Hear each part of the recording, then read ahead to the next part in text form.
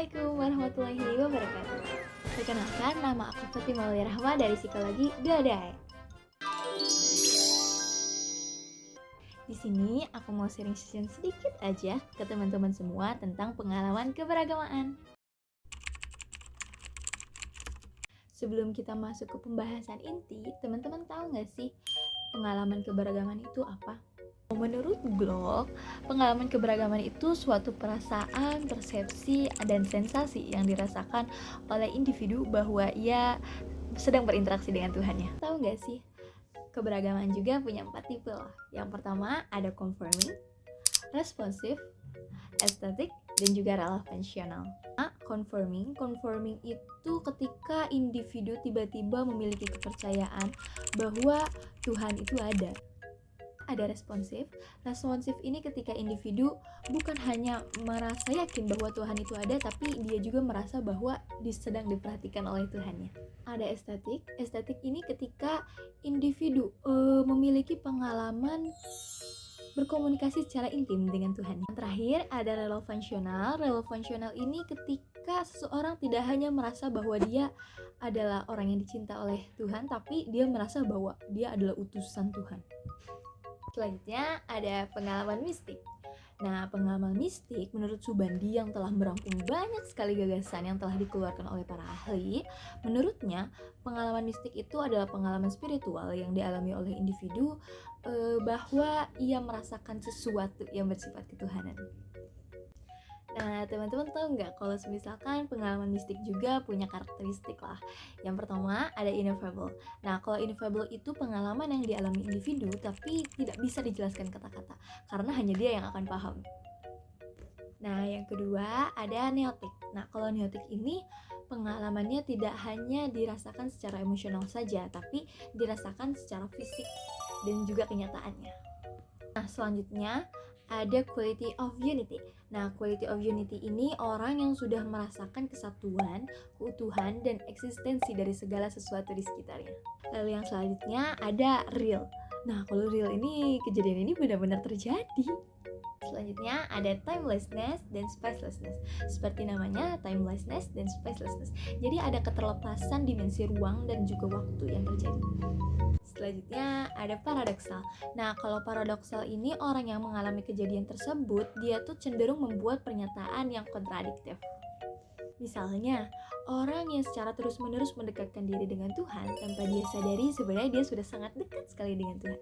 Akan tetapi kebalikannya, orang yang sudah merasa dekat sekali dengan Tuhan padahal sebenarnya dia sudah tidak dekat sama sekali dengan Tuhan.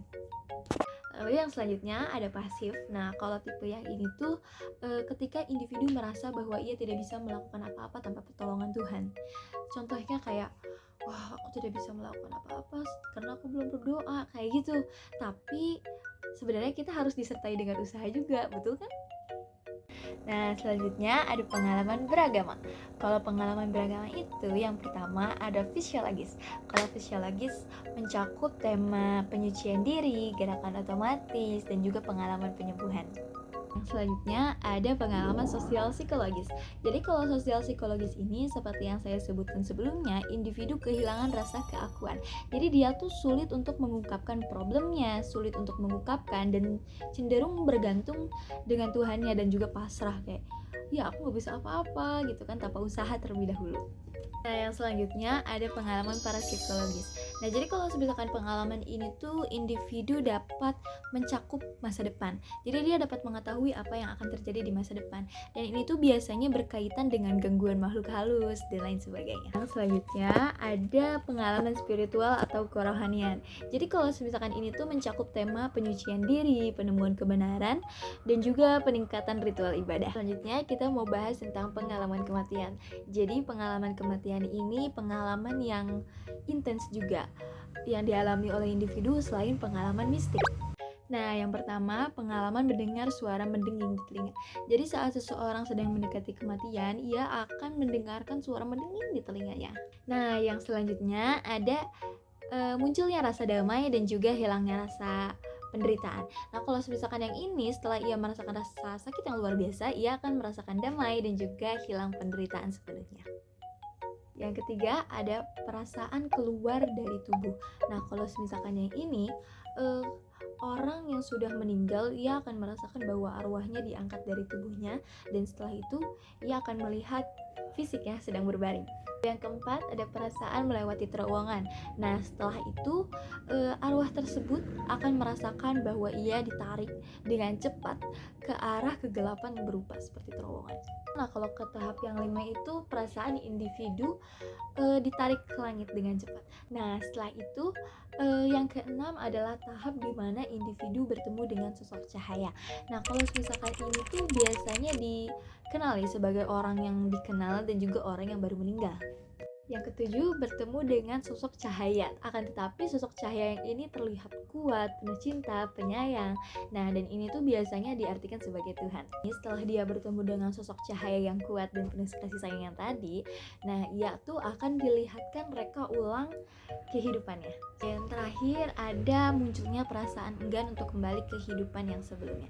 Nah, jadi setelah ditunjukkan reka ulang, biasanya para individu-individu ini ditawarkan untuk kembali ke kehidupan yang sebelumnya karena dirasa belum waktunya untuk meninggal gitu kan. Nah, akan tetapi ada beberapa individu yang enggan untuk kembali karena dirasa sudah cukup. Nah, akan tetapi ada beberapa juga yang mereka ingin kembali ke kehidupannya karena dirasa masih belum siap untuk meninggalkan orang yang dicintainya. Mungkin segitu sharing session yang aku kasih ke teman-teman. Semoga teman-teman mengerti. Terima kasih. Sebelum berakhirnya video ini, aku mau ngucapin makasih banget ke Ibu Rianti karena sudah menjadi dosen yang sangat hebat dan sangat luar biasa, serta saya juga sangat bangga menjadi mahasiswa Ibu. Terima kasih. Assalamualaikum warahmatullahi wabarakatuh.